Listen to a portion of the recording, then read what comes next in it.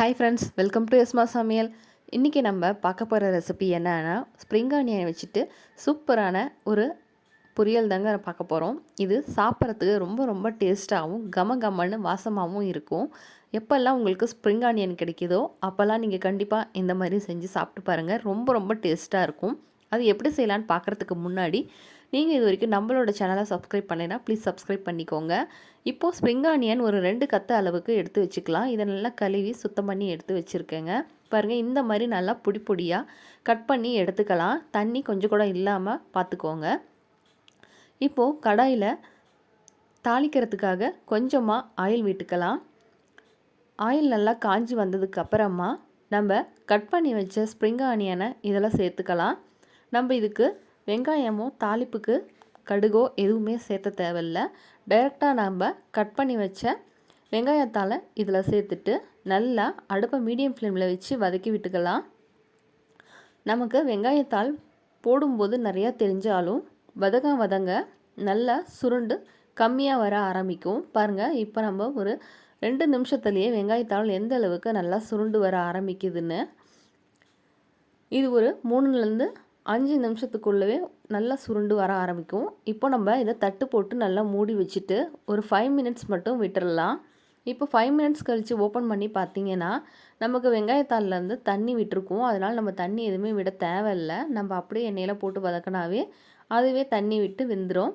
இப்போ இது கூட கொஞ்சமாக உப்பு சேர்த்துக்கலாம். கூடவே கொஞ்சமாக மஞ்சத்தூள் சேர்த்துக்கலாம். இப்போ உப்பு மஞ்சத்தூள் சேர்த்ததுக்கு அப்புறமா கொஞ்ச நேரம் எண்ணெயிலே நல்லா வதக்கி விடுங்க. இதோட பச்சை வாசம் போகிற வரைக்கும் மட்டும் நம்ம வதக்கி விட்டால் போதும்.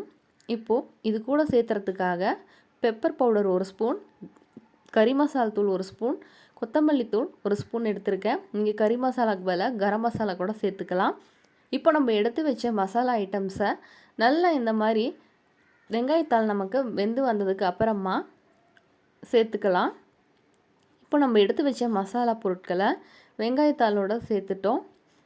இப்போ இதை கொஞ்ச நேரம் வெங்காயத்தோலையோடைய நல்லா வதக்கி விட்டுக்கலாம். நீங்கள் இது கூட மிளகாத்தூள் கூட சேர்த்துக்கலாங்க. ஆனால் பெப்பர் போட்டு சேர்த்தும் போது நம்ம முட்டை சேர்க்கும்போது நல்லாயிருக்கும் டேஸ்ட்டு. இப்போது இதோட பச்சை வாசம் ஃபுல்லாக போயிடட்டும். அதுக்குள்ளே நம்ம ஒரு 6 முட்டையை எடுத்து வச்சுக்கலாம். முட்டைக்கு அளவு இல்லைங்க, உங்களுக்கு எத்தனை தேவையோ அத்தனை எடுத்துக்கலாம். நம்மளோட மசாலா பொருட்கள் பச்சை வாசம் போயிட்டு நல்லா திரண்டு வந்துடுச்சு. இப்போ நம்ம எடுத்து வச்ச முட்டையை இதில் சேர்த்துக்கலாம். இதை நம்ம செய்யும்போது அடுப்பை மீடியம் ஃப்ளேமில் வச்சுருங்க. அப்போ தான் நம்ம முட்டை மிக்ஸ் பண்ணிடுறதுக்கும் அது வெந்து வரத்துக்கும் நல்லாயிருக்கும். இப்போது நம்ம அடுப்பை மீடியம் ஃப்ளேமில் வச்சுட்டு முட்டையை சேர்த்தாச்சு. இதை நல்லா மிக்ஸ் பண்ணி விடுங்க. வெங்காயத்தாள் கூடவே நம்ம முட்டை நல்லா வெந்துட்டு நல்லா உதிரியாக பூ மாதிரி வரணும். அது வரைக்கும் நம்ம நல்லா கிண்டி விட்டுக்கலாம். இது சாப்பிட்றதுக்கு ரொம்ப ரொம்ப டேஸ்ட்டாக இருக்குங்க. வெங்காயத்தால் நார் சத்து மிக்கது, அதனால் உடம்புக்கும் ரொம்ப நல்லது. இப்போது இது கூட நம்ம கொஞ்சமாக தூளுப்பு சேர்த்துருக்கோம். நம்ம முன்னாடியே வெங்காயத்தாளுக்கு மட்டும்தான் வதக்கும் போது உப்பு சேர்த்துருந்தோம். அதனால் இப்போ முட்டை சேர்த்தும் போது கொஞ்சம் சேர்த்துக்கலாம். இந்த மாதிரி நல்லா முட்டை வெந்து வந்துட்டு உதிரியாக நல்லா பூ மாதிரி வந்துடுச்சு பாருங்கள். இது வேகும் போதே நல்ல வாசமாக இருந்தது. அவ்வளோ டேஸ்ட்டாகவும் இருக்கும், ரொம்ப ரொம்ப சுவையாகவும் இருக்கும். நீங்கள் கண்டிப்பாக உங்கள் வீட்டில் ஒரு முறை ட்ரை பண்ணி பார்த்துட்டு உங்களோட கமெண்ட்ஸை மறக்காமல் எங்களுக்கு ஷேர் பண்ணுங்கள். இந்த வீடியோ உங்களுக்கு பிடிச்சிருந்ததுன்னா ப்ளீஸ் லைக், ஷேர், சப்ஸ்கிரைப் பண்ணுங்கள். அப்படியே உங்களோட கமெண்ட்ஸையும் மறக்காமல் எங்களுக்கு தெரியப்படுத்துங்க.